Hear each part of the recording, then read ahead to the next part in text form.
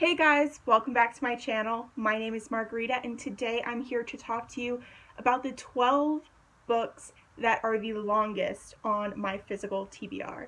So I was originally going to do this video with books that were 650 pages or more that were on my TBR, but that added a lot more books to this pile, and I thought that this was a pretty substantial amount as it is.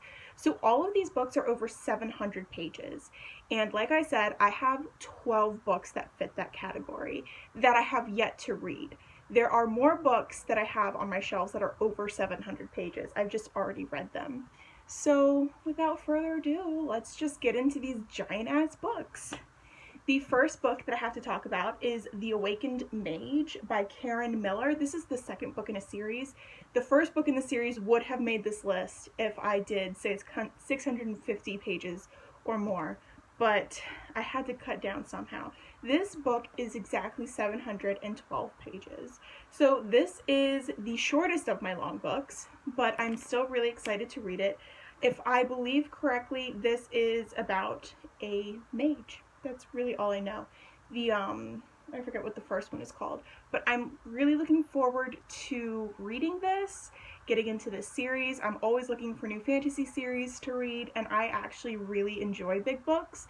They don't intimidate me so much. I love that there's more of a story to read because I hate when a story ends, so I'm really looking forward to this. The next book that I have to talk about, oh, I forgot to mention, these books are going in order of the shortest to the longest. So the longest book will be at the end. The next book that I have to talk about, coming in at, oh, this has to be somewhere else in this pile. Goodreads lied to me. Is going to be 757 pages, and that is The Assassin's Quest by Robin Hobb. This is, I think it's part of her Farseers trilogy. I don't know which book in the series it is, but I've heard nothing but wonderful things about Robin Hobb. There's another book of hers in this list. I have yet to read it, but I saw this at a secondhand bookshop, and it was a really cheap price, and I know that I really want to get into Robin Hobb, so I picked it up, and I'm looking forward to reading her story. This is about, I believe, the main character. His name is Fitz, and this follows him throughout his childhood into adulthood. So I'm really looking forward to this. The next book that I have to talk about comes in at, well, this specific edition comes in at 800 pages, and that is Harry Potter and the Order of the Phoenix by J.K. Rowling. This is by far the biggest book in that series, and I'm actually currently reading this book. It's taking me quite a while, but who doesn't love Harry Potter? This is the Order of the Phoenix. I mean, what is there to say? Harry Potter, gotta love it. Love that it's on this list. The next book that I have to talk about comes in at, excuse me, oh, there's an epilogue, let me count that, 805 pages, and that is The Labyrinth of the Spirits by Carlos Ruiz Zafón. Sorry, don't know what's happening to my voice right now. And I absolutely love Carlos Ruiz Zafón's writing. It's some of the most beautiful writing I've ever read. My favorite book by him is The Shadow of the Wind. I'm currently finishing up the Loose trilogy that he has written in that series, and this, I don't really know what this book is about. I believe it follows the library discussed in The Shadow of the Wind, the Cemetery of Forgotten Books. So I'm just so pumped. It's set in Barcelona in the early 1900s, so 1938, during the Spanish Civil War. I'm just so excited to dive in, and like, look how beautiful this book is. It looks so pretty sitting on my shelves. The spine is gorgeous. So anyway, that's the next one. The next book that I have comes in at 810 pages, and that is The Bronze Horseman by Paulina Simmons. I had gotten this recommendation from, I believe, Reagan from Peru's Project, and it was when I first started watching BookTube, so this was a couple years ago, and since then I've heard some kind of iffy things about this, so I've been really hesitant to pick it up, especially considering that it's so long. This is basically a Russian romance story, and I've heard that there's some problematic things in it. I'd still definitely want to give it a try, which is why I have not unhauled it yet, but yeah, it's pretty big. So this is the only book on this list that actually intimidates me, because I'm not sure if it's actually good. So we'll see. Let me know in the comments down below if you've read it and your thoughts and opinions on it, because I would really like to know.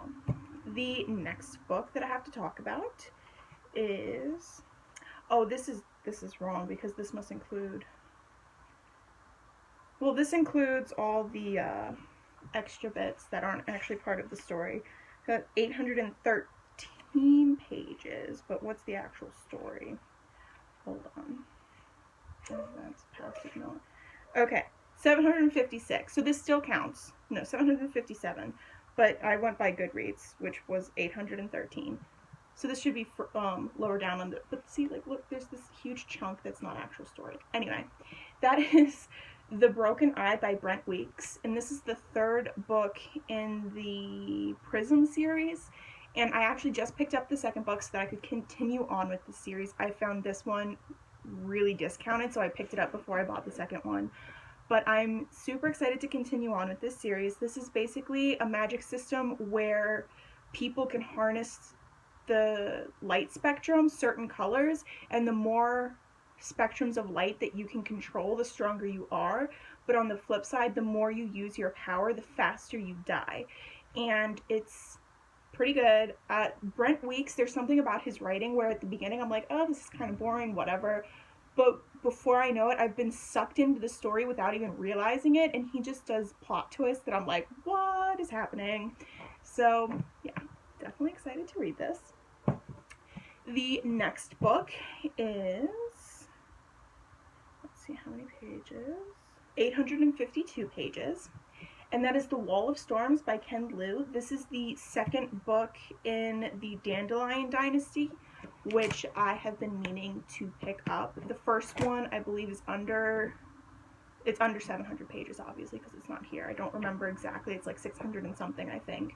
And this is an Asian-inspired fantasy novel, and I really enjoy fantasy, first and foremost, like classic fantasy. I love it. But I also really enjoy reading fantasy that is not, represented a lot. So Asian-inspired fantasy, all for it. Native American fantasy, all for it. Like, any kind that's not based off of the medieval times, all for it.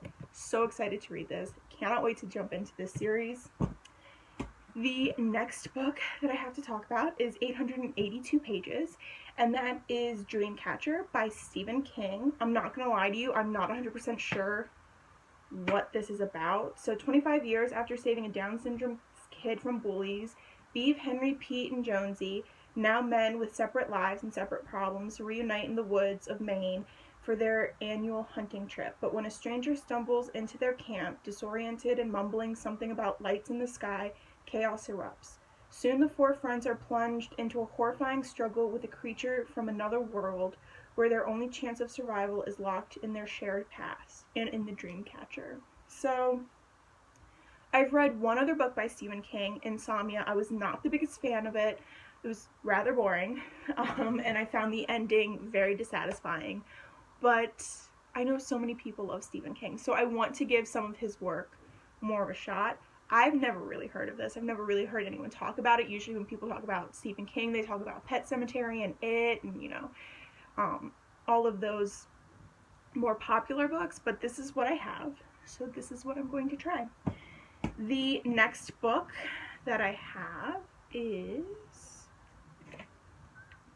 one moment, I just went way too far, is 850 pages, and that is Mad Ship by Robin Hobb. This is part of her Live Traders series. I don't know how many books are in this series. I don't know what book number this is in this series, but like I said, I found some of her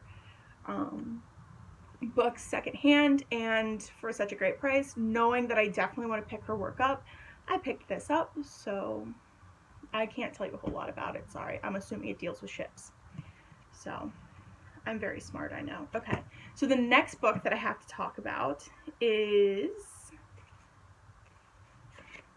947 pages, and that is Dragonfly in Amber by Diana Gabaldon. This is the second book in the Outlander series, and I was hesitant to pick this up because I really enjoy the show, but the books I have some issues with. Well, at least the first book. I've only read the first book.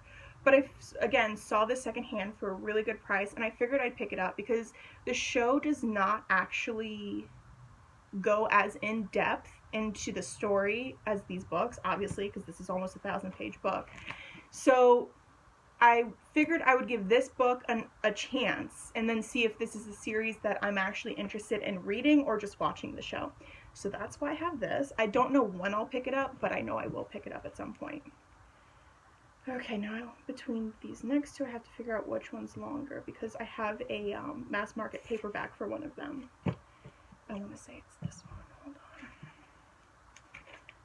So the next book I have to talk about is definitely a hunker, and that is Jonathan Strange and Mr. Norrell by Susanna Clarke.